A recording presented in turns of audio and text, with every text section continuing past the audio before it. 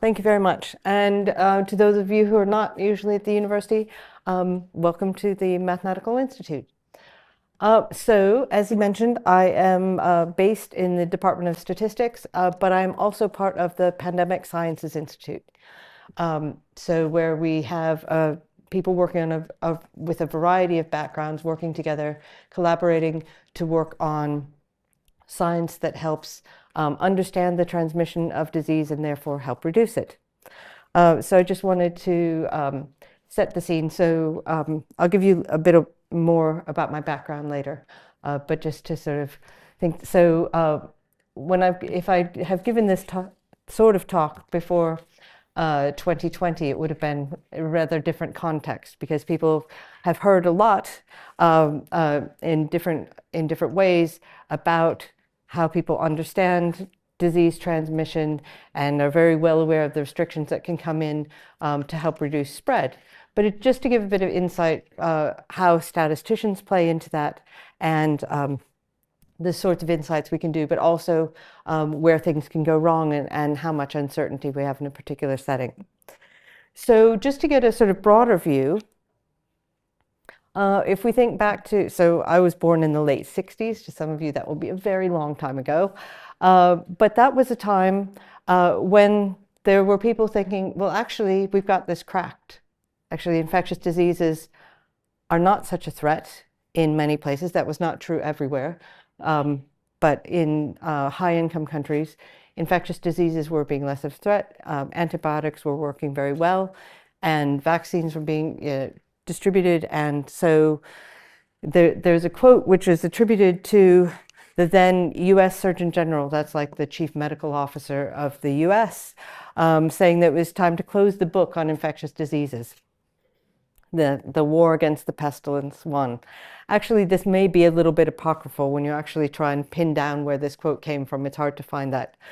But there is a first-hand account from a junior doctor who was working in the late 60s saying that he was training in infectious diseases, and he was actually worried that actually he was training in an area that may just not be that important going forward. So that was his specialty area.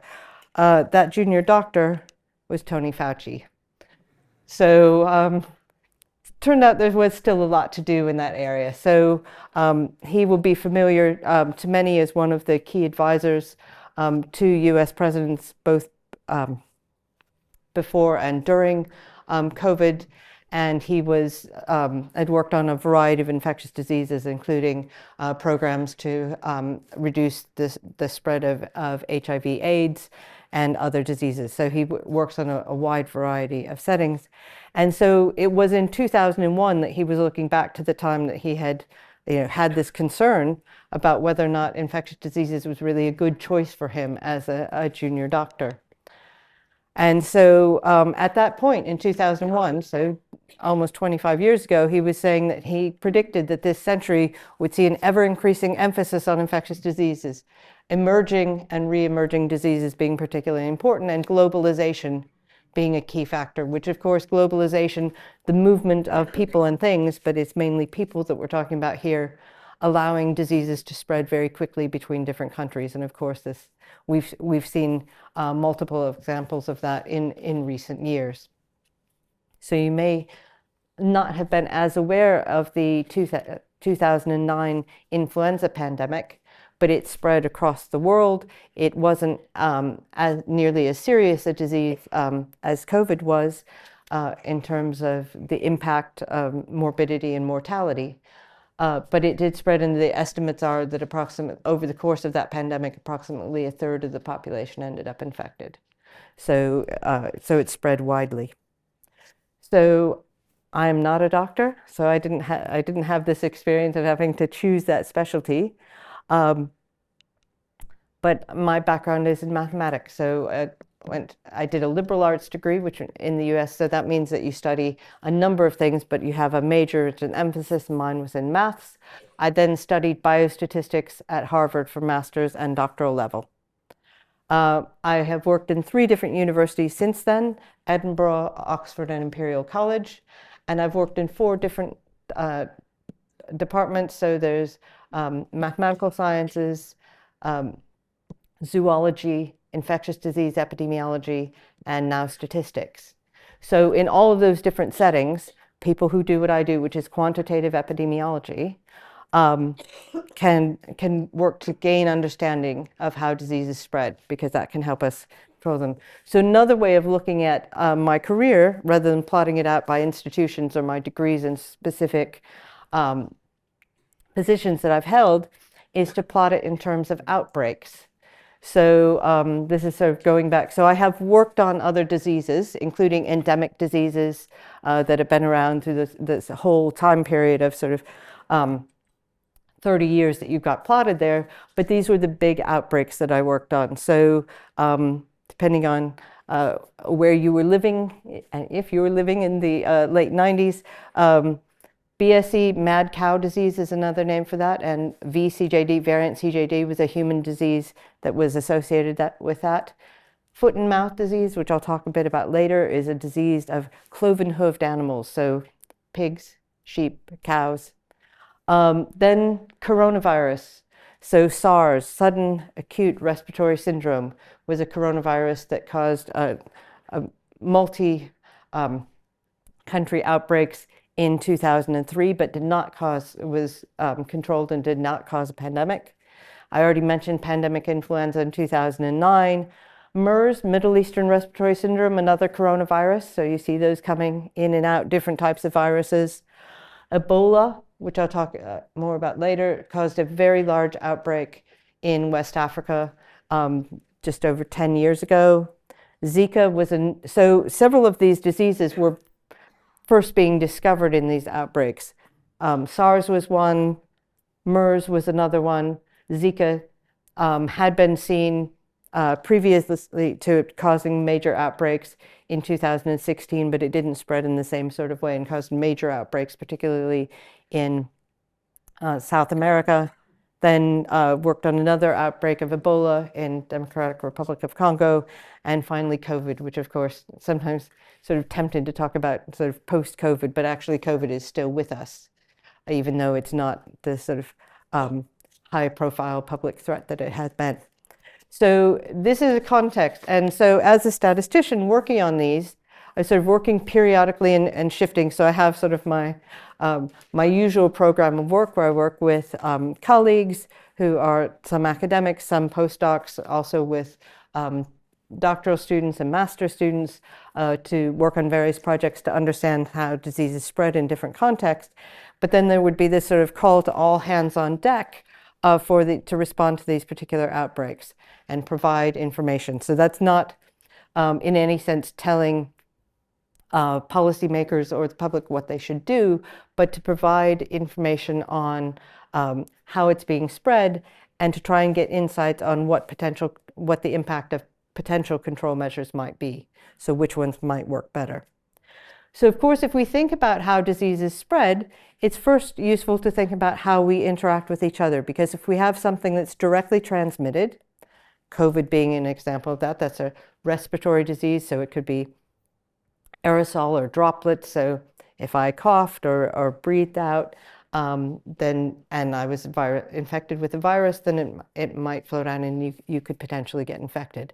Other ways people can get infected are vector-borne diseases. So Zika is a vector-borne disease, so that is mosquitoes biting one person who's infected, and then they can transmit that to another person. That's the way malaria is transmitted.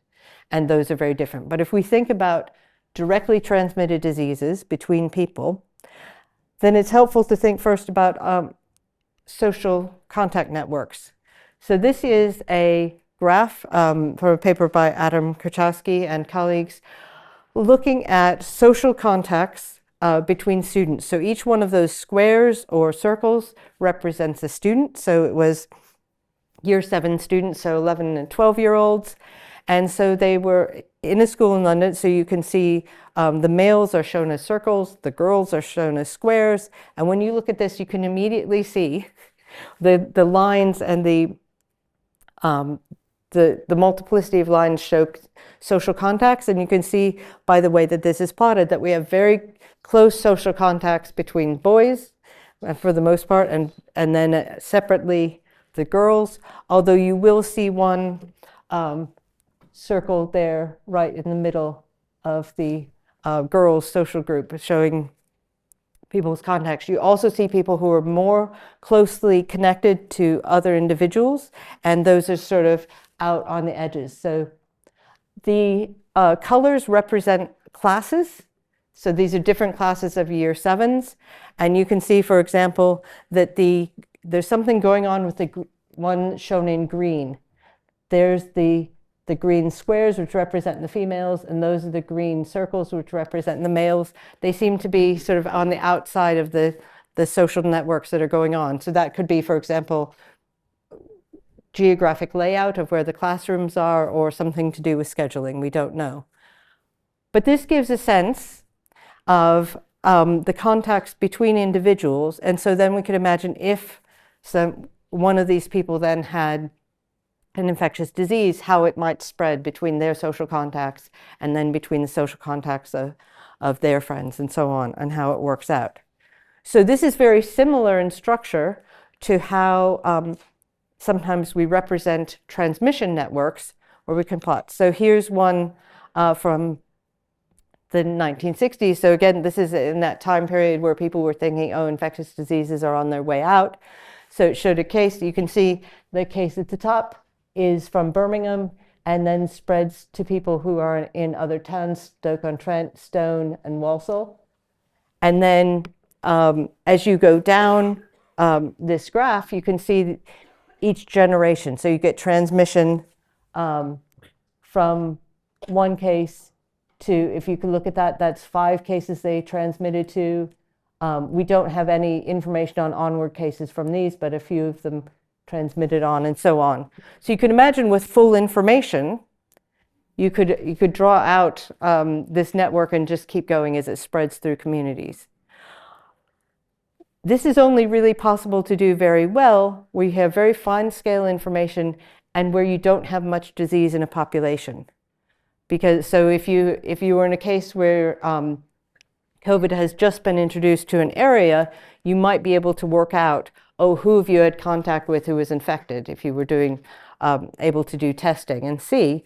But if you waited until there's a lot of transmission going on, chances are you had multiple opportunities to get infected, and we wouldn't be able to work out. There would be too much ambiguity. But it's useful to think in terms of this, whether or not we can see it. This is the sort of transmission network that is going, this transmission process is going on through a population.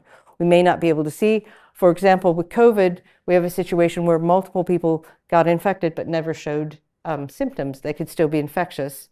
And so that makes it more difficult, because then if we're going to try to get a full idea of what's going on in the transmission process, we have to do testing.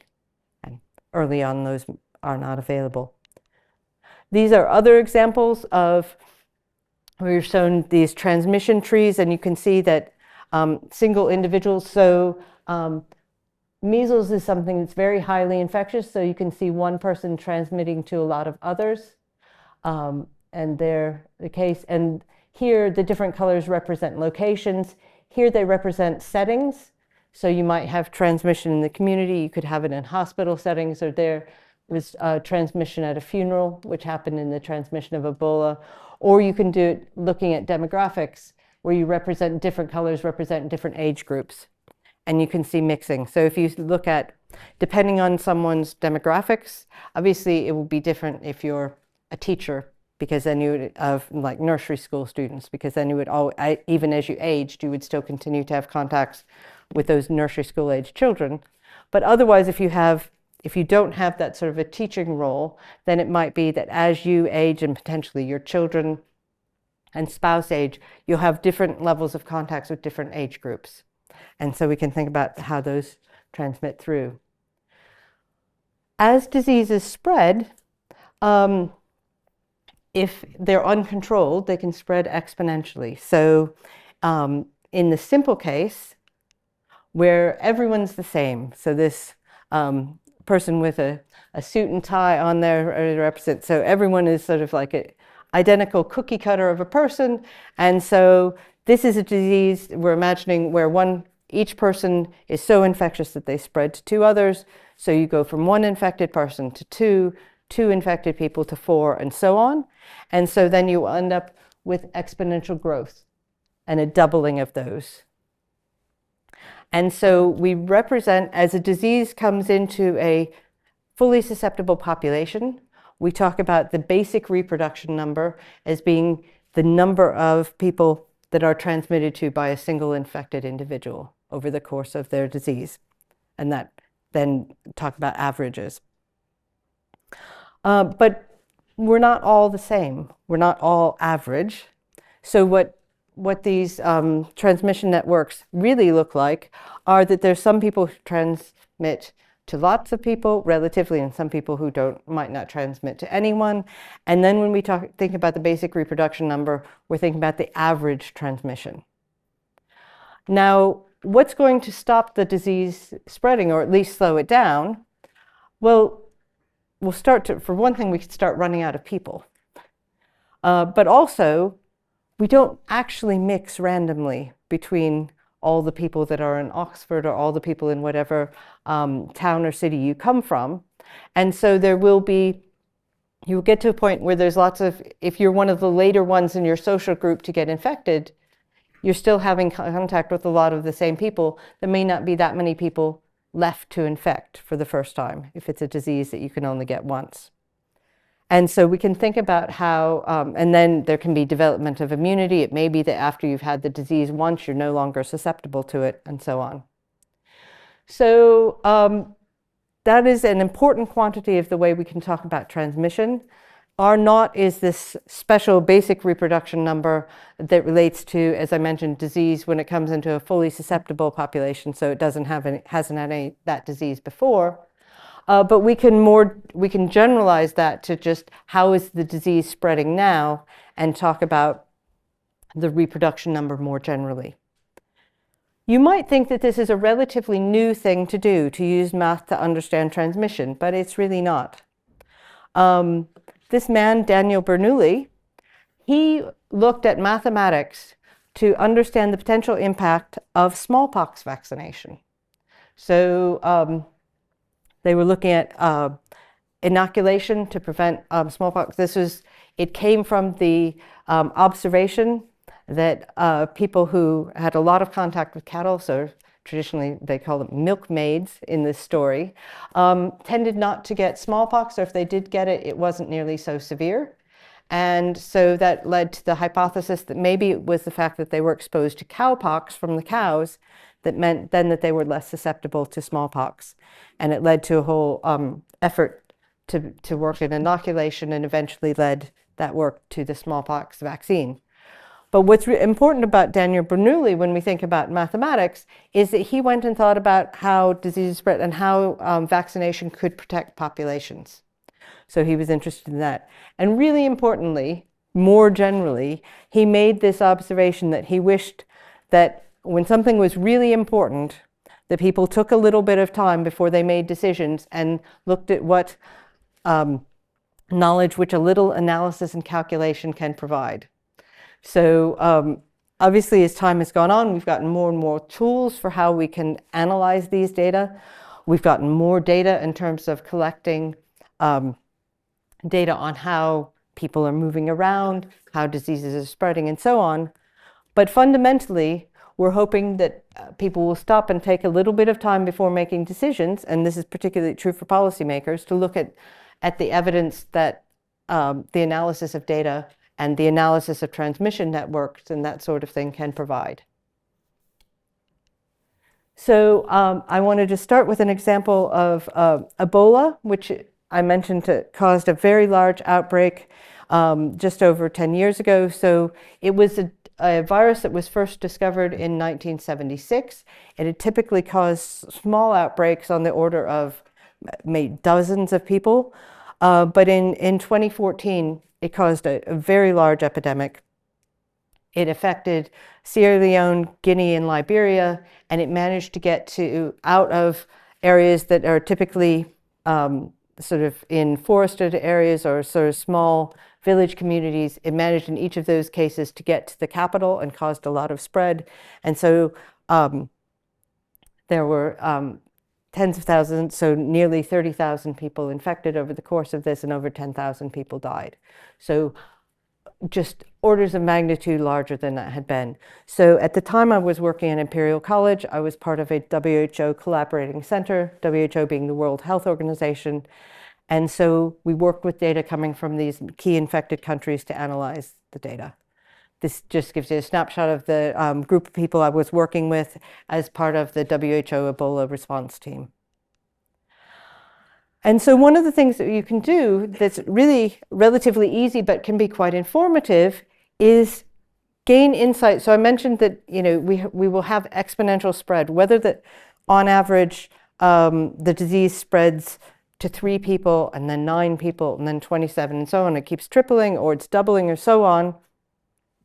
What I've plotted here is the number by week, the number of new cases each week, and it's on a different scale, which you'll see in a moment why. But then we took the log of those, so it's plotting the same numbers. You can see the number of cases. So this is 1, 10, 100, 1,000, and so on. And so we plotted those numbers. So if the numbers are increasing exponentially, then when I take the logarithm and plot those, I should be, the exponential increase should look like a straight line. And so you can see that here I fitted a line to those, and the shading around that line is the sort of level of uncertainty. So the further apart the dots are from that straight line, the wider the uncertainty will be. And then we can ask the question, if things continued as they were, what would happen to case numbers?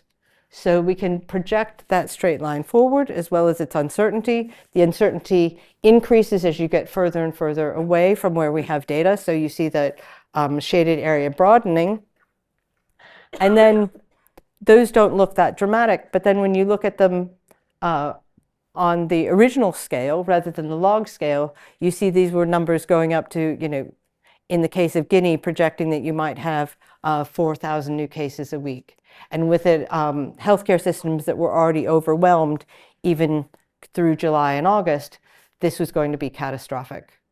So one of the things this shows is that we can also use that exponential growth rate to help us understand what the reproduction number is, that average number of new cases.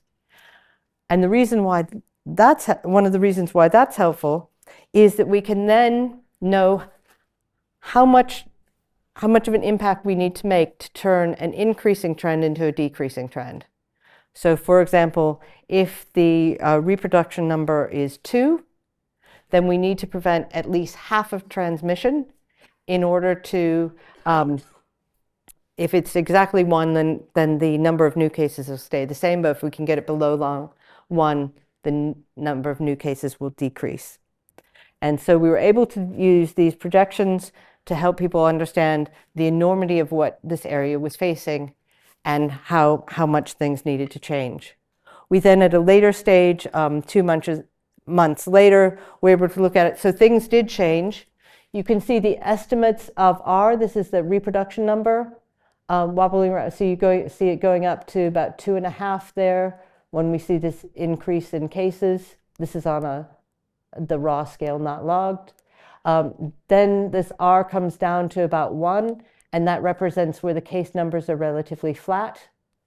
And so again, we were asked to make projections going forward, which we did, and it was, well, if the reproduction number is about 1, the case numbers will continue to be about the same. And you saw relatively similar things in Liberia and Sierra Leone as well. So Sierra Leone had a little bit of a downward trend, but not significantly. So on this basis, we were able to say, okay, if things continue as they are, this is what we expect for case numbers, and that allows people to then make a decision on how to prioritize. They may be prioritizing particular areas or deciding how much resource to bring in there from internationally. One of the other things that we were able to do is to characterize the severity of the disease by age group in a way that it hadn't done before. I'd mentioned before that typically outbreaks previously had been just in the dozens of cases, but because we had thousands of cases, we were able to estimate something very important, which is the case fatality rate. So here you can see of the cases that were of a particular age, so this is the very youngest, those less than a year old, but 90% of them died. That little vertical line that you see there is the uncertainty. So that's our uncertainty in that estimate, but it's really extremely serious. The fatality rate decreases as children get older, and then it's actually the lowest in sort of late teens, early adulthood. And then as you get to older adults, then the case fatality rate goes back up. So this is a pattern that hadn't been well characterized before because previously there hadn't been so many cases. Just to put this, because you may not be aware of Ebola outbreaks when they're happening, the most recent one was just declared over on Monday of this week. So that was an outbreak in the Democratic Republic of Congo, which is, I think most frequently has the Ebola outbreaks of the ones that we've seen. And so it was a total of 64 cases, including 45 deaths. So it's extremely serious, but was successfully contained. Obviously, still a tragedy for the community that's affected, but it was maintained and then didn't devastate the area and the population that's there. So this is something of which the infectious disease community is constantly vigilant of potential Ebola outbreaks. Another of the outbreaks that I mentioned is SARS. This is sudden acute respiratory syndrome. In 2003, it was very early in the year in 2003 that it got into the news and sort of the epidemiological community that there was an atypical pneumonia that was spreading in southern China. And in this area, so it turned out to be a new coronavirus was discovered called SARS. The disease is called SARS, sudden acute respiratory syndrome. It was universally severe. So all of the people who got it got extremely sick, ended up in hospital. So very different in that way from the coronavirus we're all more familiar with, COVID-19. And we were asked by colleagues at University of Hong Kong if we could help analyze the data, well, first advise on what data should be collected, analyze the data to give them insight and provide evidence-based advice. So one of the things that they wanted to know about was the case fatality ratio. This is the same thing that I showed you in Ebola, how serious that was, trying to understand for SARS, because it was a brand new disease. When the Ebola outbreak started in West Africa, that was an unusual setting for it, but was already known to be a very serious disease. In this case, SARS was something that people weren't familiar with. And so they wanted to estimate this, and a very obvious estimate of the case fatality ratio is the number of deaths divided by the number of cases. That seems very straightforward. And so what we showed was that in order to look at, when we looked at this, that this estimator, deaths divided by cases, gave us estimates when we did it, when it was performed over time, that went up. So, so this is looking at estimates between about 2.5 and about 15% fatality rate. So considerably lower than we saw with Ebola. Still very serious. All the people that were affected ended up in hospital. But this was a very worrying trend. And it was commented on in the news that the death rate was more than, it was increasing. And so there were questions of, was it evolving to be more deadly? Because that's, you've already got one thing to deal with. And then the idea that the death rate is actually increasing and getting worse is very concerning. Can anybody think about an issue about what might have been happening? Another thing that could be responsible for the pattern we saw. Sorry? Misdiagnosis. Okay, so misdiagnosis would be a possibility. Yes? How long it takes to die. Yes, okay, that's what it was. How long it takes to die. And the reason for that is because when you have when your epidemic is over, then you know how many deaths and you know how many cases, and they were able to do this. So the diagnosis was quite specific because it was very severe. And so that wasn't an issue. But if you're in the middle of an epidemic and you have the number of deaths so far divided by the number of cases so far, if it takes a long time or a substantial time for people to go from being diagnosed as a case because they've come into hospital to having an outcome, whether it's death or recovery, discharge from hospital, then we will initially underestimate that. So if you think about if you have exponentially increasing cases, most of your cases at that point are going to be recent. And so they will not necessarily have seen outcomes. So that's an issue. And so what we found here was we actually showed, so this shows you the number of new cases by day in Hong Kong. If we look, by the time we get to the 2nd of April, it looks, we can see now that quite a lot of the epidemic is already gone. We've already passed the peak. 86% of the people who were identified as cases at that point were still in hospital. We didn't know whether they were going to end up dying or recovering. And so that's going to cause a big problem when we're trying to estimate what the case fatality ratio is. Even if we look over here, to the 7th of May. So really, it looks like the outbreak is pretty much over from the point of view of getting new cases. But still, even at that point, 25% of the cases are what we call censored. That means we haven't yet seen their outcome. So we don't yet know if they're going to be deaths or recoveries. And so we can have lots of fancy statistical ways of allowing for this, but people argued with us, well, we like cases divided by deaths divided by cases because it's simple. It's straightforward. You can see the working, you can see how it works. So we proposed a simple alternative, which was deaths, shown by, here's D, divided by deaths plus recoveries. So that means that we're only looking at the people for whom we have outcomes. And this will work a lot better if the time from being a case to death is about the same as the time from being a case to recovering.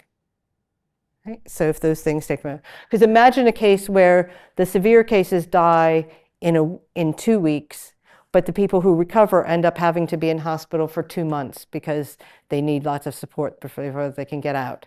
Then that's not going to work very well. But if it's about the same time scale, that will work better. We can do fancy things statistically if we don't have that, if there's a different sort of distribution of the time from being a case to death and being a case to recovery. And so we get this sort of curve.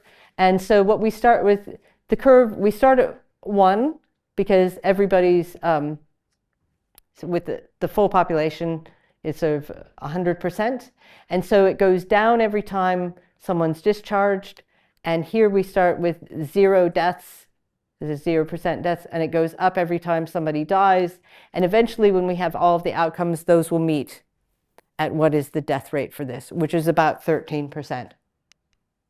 So this shows you at this first time period, the 2nd of April, what these alternatives look like. So the one with the filled triangle is the other simple estimator, which was deaths divided by deaths plus recoveries.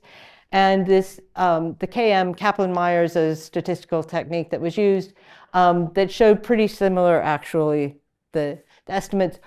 What are the 2 things you notice? One is this line, this vertical line shows uncertainty, and these other estimators are less certain. If you had 2 statisticians come to you, one gives you an estimate that looks very certain, another one gives you an estimate that has a wider confidence interval, you might think, ooh, the better one is the one that's more certain, but it also might be wrong. So those are so you'd like to be certain and right. That's what we all strive to. And then we can look at how this changed over time with all the cases that are available.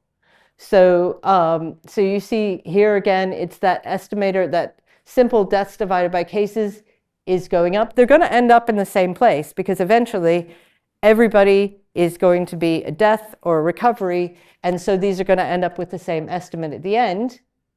But this estimator, which is deaths over deaths plus recovery, starts at about the right place even early on. It's got uncertainty, and that uncertainty gets smaller, but it's in the right place.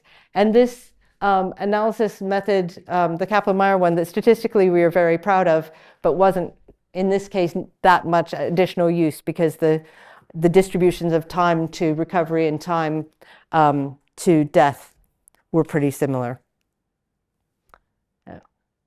Those are the answers, the true value.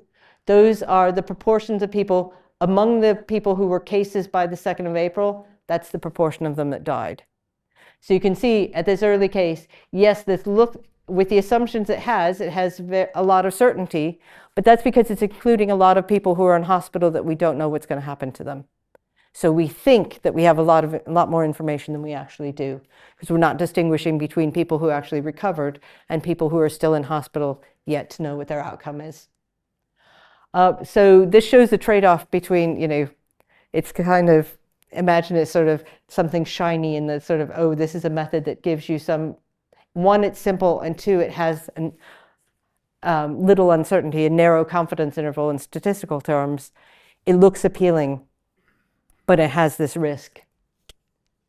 So one last disease example. So foot and mouth disease, this is a highly infectious viral disease of cloven-hoofed animals, those sheep, cattle, and pigs, occasional llama, but there aren't that many of those in the UK.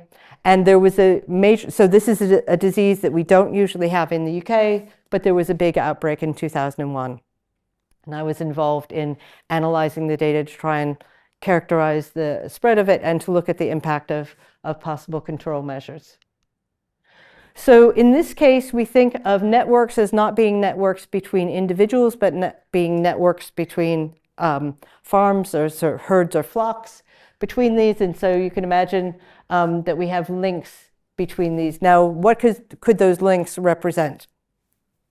Could be, it's a highly infectious virus. It can blow on the wind. It can blow for miles on the wind. And so just one farm being near another one that is infected could mean that there's a potential link there. So farms that are closer together are more likely to have potentially transmitting links. If you have a milk truck that goes from one dairy farm to another and it happens to stop by a farm where a herd is infected with foot and mouth disease, if appropriate measures are not taken, that truck can end up driving onto another farm and bringing the virus with it. So it's very highly infectious and it can work that way. So I thought I should show you some. I didn't want you to think that all we do is look at sort of deaths divided by deaths plus cases or do ratios. So these are a set of differential equations. They're actually a simplified version of what we used. What we did in this case, it's a form of compartmental modeling. Compartmental modeling is putting things into compartments, thinking of how we group things. So we group things in this case into S for susceptible. Those are farms that could potentially get foot and mouth disease, but didn't have it yet. The I's are the infectious farms. So those are the ones that can transmit. They can transmit to the S's if they have contact between them in some way. And then E is the state in between those. So that's E for exposed. It means that they have been infected with the virus, but they're not actually infectious yet. So you can write down this set of equations that show how the numbers that we have in the categories S, E, and I change through time. That's what dt means. And so we write down equations that have parameters that we can fit to data. Here we've written down equations not just for how S's, E's, and I's change. Then we have pairs of, so for farms that have potential links between them. So if you have an SS link, nothing exciting is going to happen there. We have to see how those change because they might get infected by other farms. But where the important action is happening is between those links between S's and I's, because that's where transmission can happen. But we need to account for all of the different sorts of farms we have.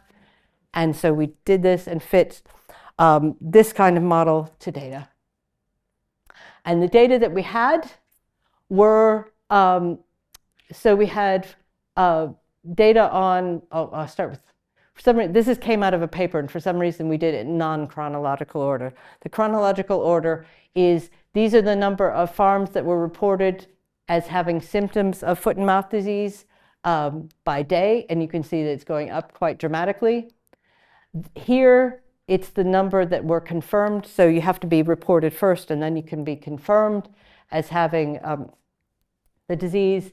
And then the control of this disease is the slaughter of the animals affected. So, and by that I mean the entire flock or herd. The reason why they don't just do the animals that are showing the clinical signs of the disease is because it's so infectious, it will have spread to all the other animals as well. And so this is the way that it's controlled, is by slaughtering them. So this gives you a sense of the rate at which potentially infectious animals and herds and flocks are being removed from the system so they can no longer transmit. And so fitting this model to the data through the end of March, so this is 2001, we were able to then look at, so you can see by looking at that, that the disease is spreading, it's spreading very clearly, and things are liable to get worse than they were in the end of March. So we looked at, I mentioned that this is being controlled by slaughtering flocks or herds to control the disease. So one thing that might help reduce transmission is the faster slaughter of those, so that taking less time from the time you confirm disease to removing them from the transmission system.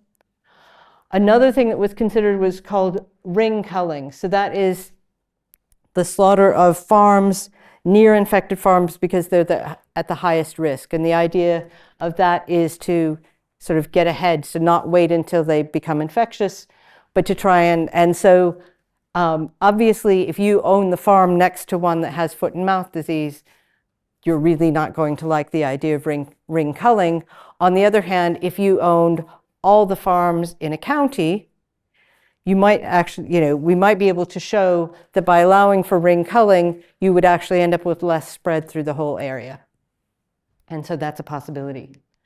And so with the data that is shown here in red, this slide is as we released, so working with colleagues Roy Anderson and Neil Ferguson, this is a slide that we released without the green dots. Unfortunately, this is from 2001.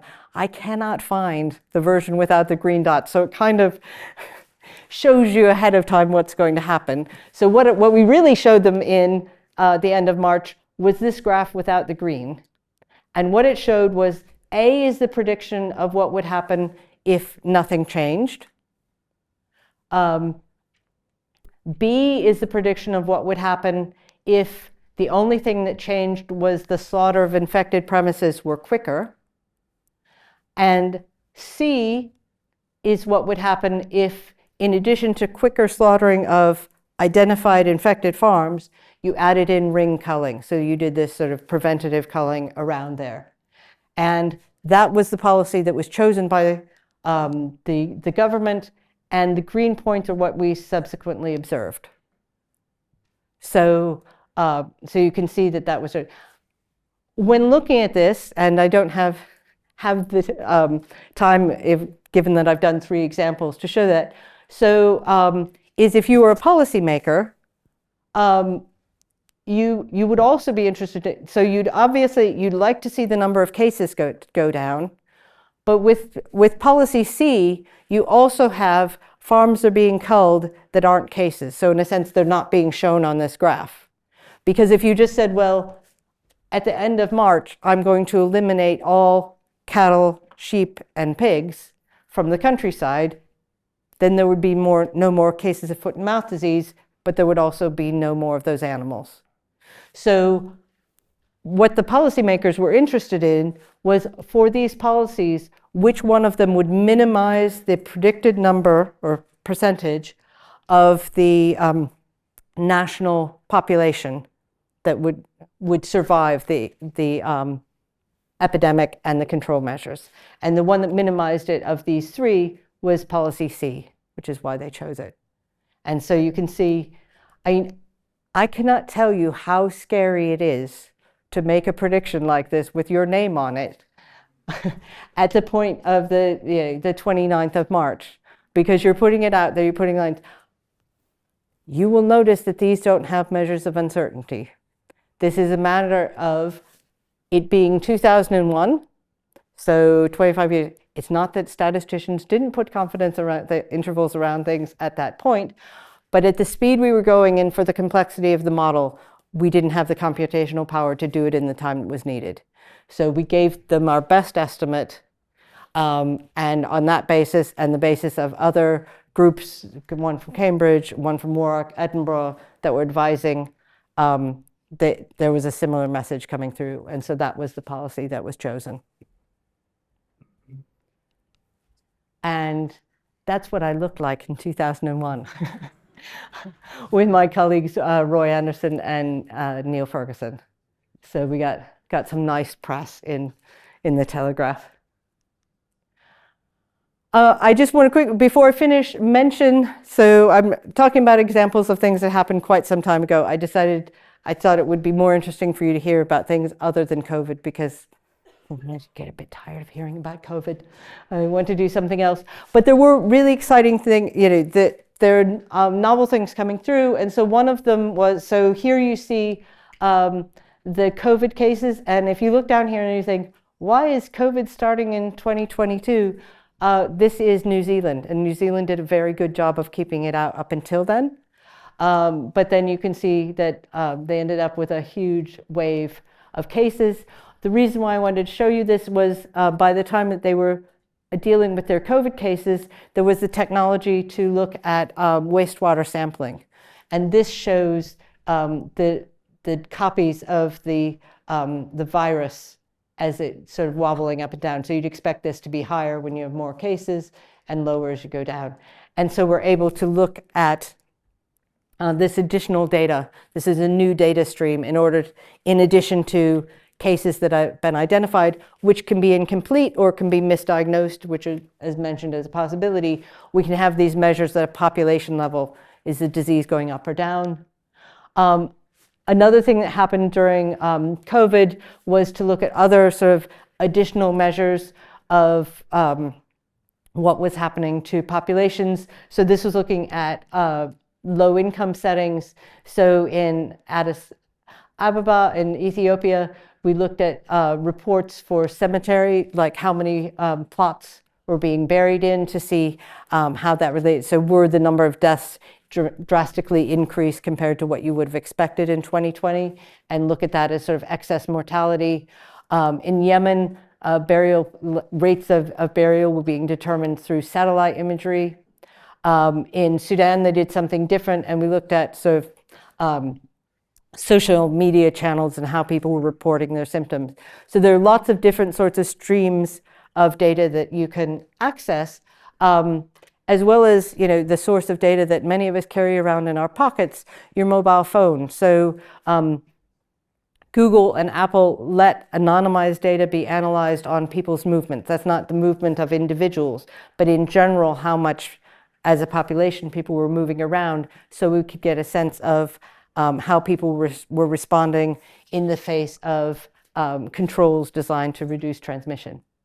So I just wanted to, one last thing was to mention, if you're thinking about doing maths and sort of quantitative epidemiology, it's a great opportunity of people that you can work with. So I've worked on diseases of animals and humans. This is my great colleague, Rosie Woodruff, who's an ecologist. That badger is fine, it's just anesthetized, and that is a GPS collar, what she is fitting onto it. So we could use data on how the badgers move because we had the information from their GPS collars. This elephant is also fine, it's being TB tested. That's in Kruger Park in South Africa. where I also visited the penguins, where we had a meeting looking at avian influenza and its impact on penguin populations. Avian influenza and TB are examples of diseases that affect humans, and COVID was, of course, as well. But TB and avian influenza both cause disease in these different animals, and you can have transmission between species. So this is a general thank you to all the great people that I work with. I mentioned Roy Anderson, who's my great epidemiological mentor, and so I'll finish with my great statistical mentor, David Cox, who described himself as a scientist who happens to largely specialize in the use of statistics. So thank you very much.